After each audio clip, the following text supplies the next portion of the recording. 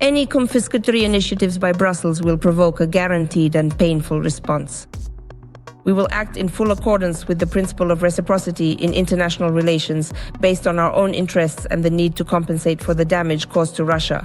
The European Union is exploring a plan to use frozen Russian assets to fund a massive loan to support Ukraine's economy and military. Belgium holds the largest share of these assets, around $225 billion. But the government insists any move must have EU-wide guarantees. Prime Minister Bart de Wever warned that unilateral action could expose Belgium to harsh Russian retaliation against banks and European companies.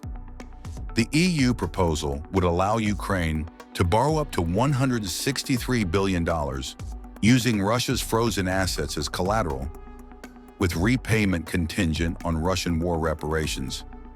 If Moscow refuses to pay, the frozen assets would remain untouched, avoiding direct confiscation of Russian funds.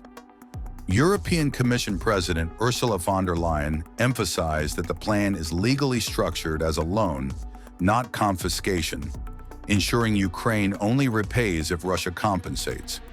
Von der Leyen said the EU is seeking a sound legal approach to get hesitant member countries on board with the loan initiative.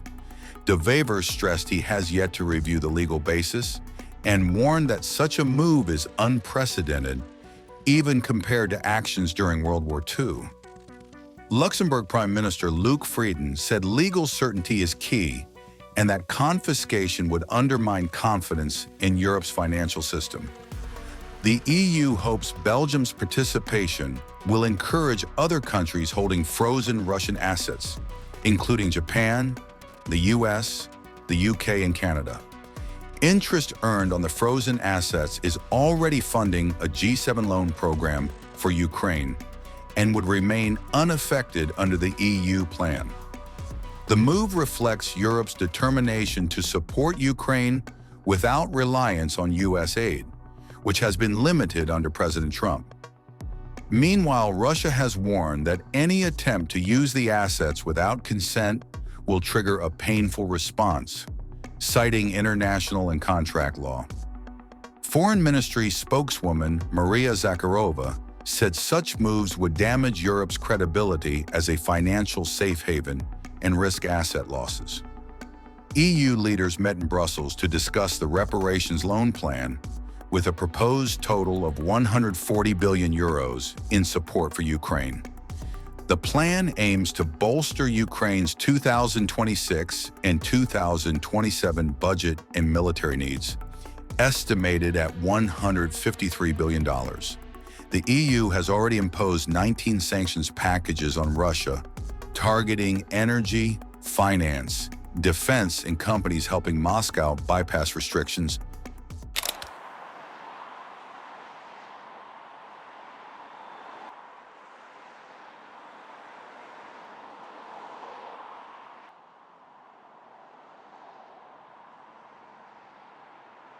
We see that the European Union cannot come to terms with the efforts of our country, our partners, and other countries around the world to resolve the Ukrainian crisis. And they do not hide their intentions to disrupt these trends toward peace, toward a peaceful process, and to profit at the expense of Russian sovereign assets. The illegal appropriation of interest from the so-called super profits was not enough for the expropriators. Now we are talking about the direct confiscation of a significant amount of funds belonging to the Bank of Russia, so to speak, frozen in accounts at the Belgian depository Euroclear since March 2022.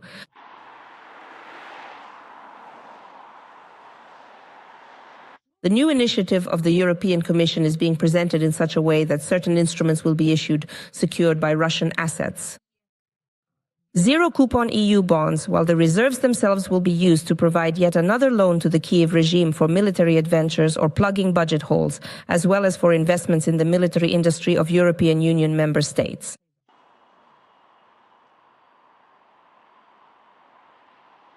It seems to me that these, as they say, zero-coupon European Union bonds, which are financial instruments that do not pay periodic interest, will be issued in the future. These bonds are, by the way, also backed by assets that have been stolen from Russia. If these bonds are actually issued, they will be too included in this category. Then they will be displayed in showcases of exhibitions related to Russophobia.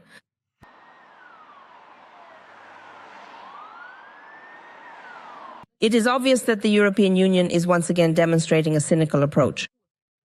Interpretations of the United Nations Charter, other norms of international law, including provisions on sovereignty and the inviolability of central bank assets.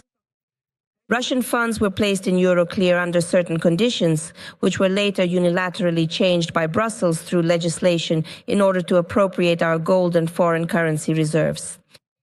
This is outright deception. This is theft.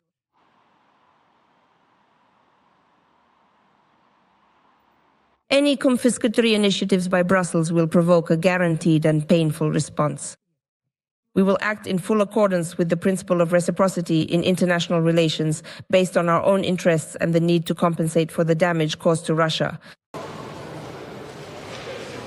So today we have a long day ahead.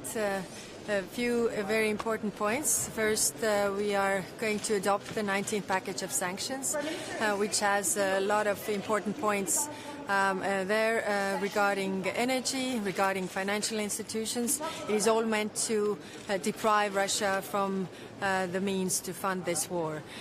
We also are very happy about the signals we get from America regarding the sanctions regarding Russia. I think it's an important sign of strength that we are aligned here. And of course, we're going to discuss the reparations loan as well.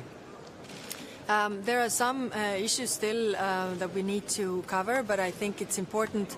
The fundamental message is that Russia is responsible for the damages caused in Ukraine and has to pay for those damages. And the frozen assets we have, the reparations loan, on the basis of that for Ukraine to defend itself. It sends three very important signals.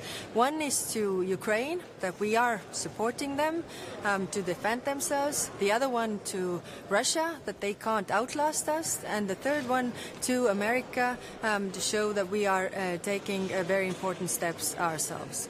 And of course, today we are also going to discuss our own defense. What more can we do?